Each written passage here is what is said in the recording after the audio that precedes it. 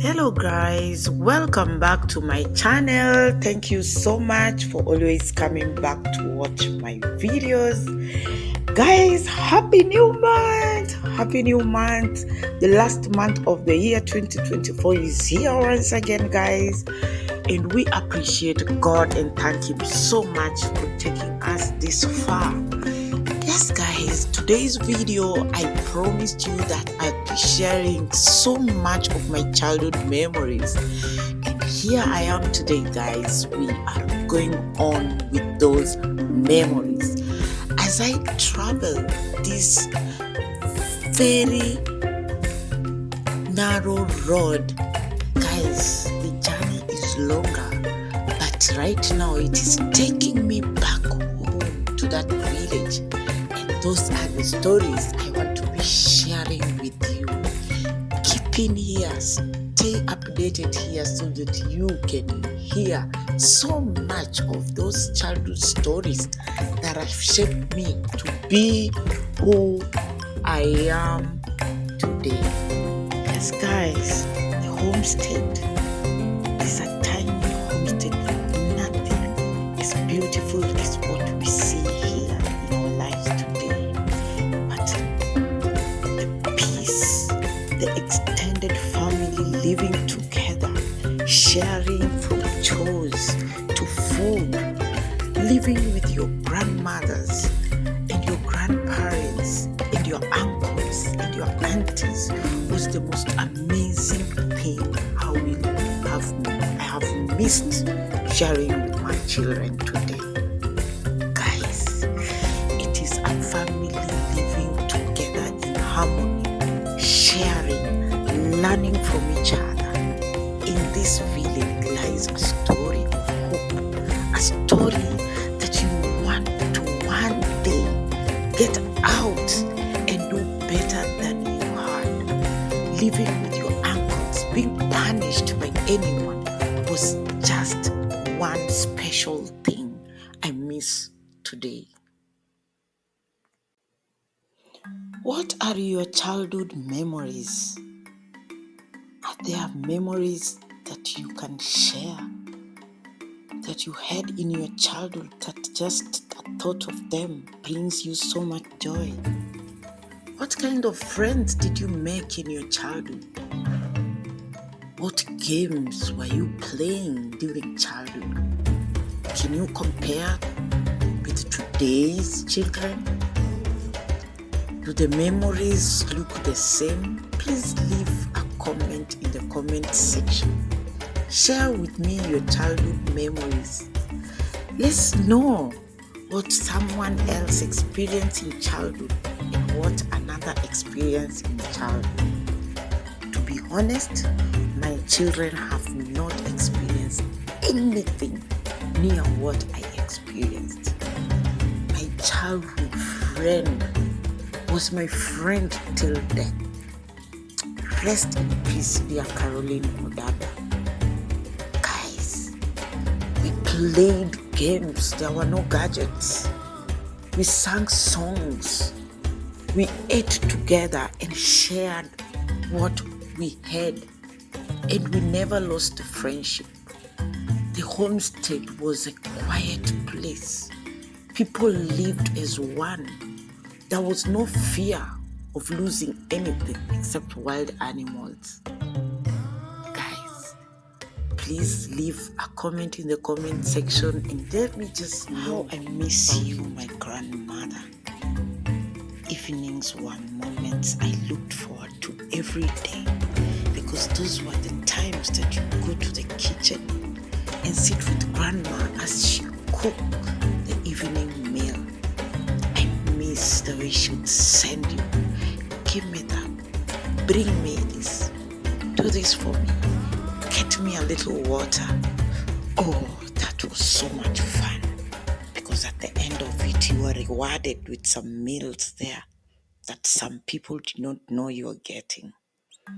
Oh yes, guys, these were the evenings that grandma would teach us bad manners and the things we did that are unacceptable in the society. She would teach us where we went wrong and tell us of our bad manners and also teach us of how to behave as children, how to respect the elders. Oh, those were so amazing moments. Then I would remember the evenings when she would start telling us stories. Guys, I remember the myths that she told. She kept on telling us that if you eat food with your hands down, then your mother's breast will fall out. Guys, I used to fear the fact that my mother's breast would fall out. Kept me to be so disciplined and remember every minute that it was wrong to eat with your hands down. Guys, I came to realize later it was just a myth to teach us hygiene, to keep us healthy, because if you would have eaten food, put your hands down and come back to eat again, then definitely it would be disaster and you'd get sick. Guys, we were not supposed to be sick then. We would worry the whole homestead. Guys, I miss that. Today I'm going to share with you one of the tales that grandmother would tell us when we go sit on the bonfire and give us the moral lesson of the story. Yes, guys, I must share. Dana, can you tell us a story? Oh, yes. I'm going to share with you a story of the old fisherman called Nyamugota. Thank you, Grandma. That is how we would sit on the bonfire.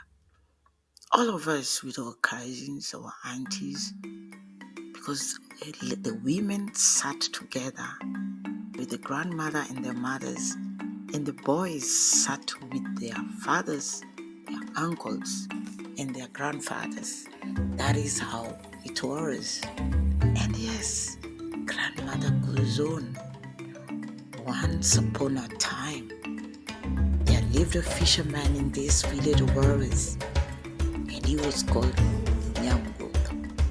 He did not have a wife, but he went to fish every single day.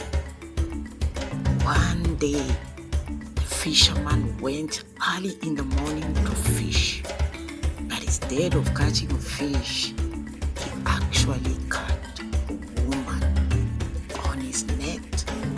She was beautiful, and he asked her, "Where do you come from?"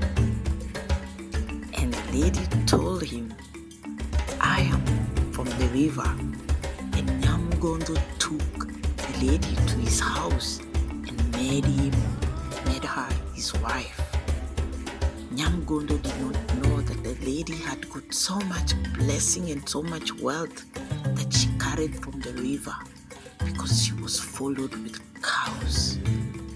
She was followed with goats. She was followed with sheep. She was followed with so many chicken that all of a sudden Nyamgondo became one of the most richest men in the village. Oh, Nyamgondo became so proud and arrogant, and he started mistreating the lady. Oh my God, he treated the lady so bad. He would come late in the evening and beat her up. He would make her work like a useless thing that he had just picked from the river. And he would remind her that I just picked you from the river instead of picking the fish. And the lady lived with him and persevered until one single day she woke up very early in the morning and started to walk back to the river. As she walked back to the river, all the animals, all the cattle, all the chicken, all the sheep and all the goats followed her. As she went deep into the river, she disappeared with all the animals, and Nyamgondo became poor again. He went to the river every day to check on her, but she was nowhere to be found. Moral lesson: You must learn to treat people well if they have treated you well. You must learn to love back those who have loved you. You must always remember the good that was done to you and never take it for granted.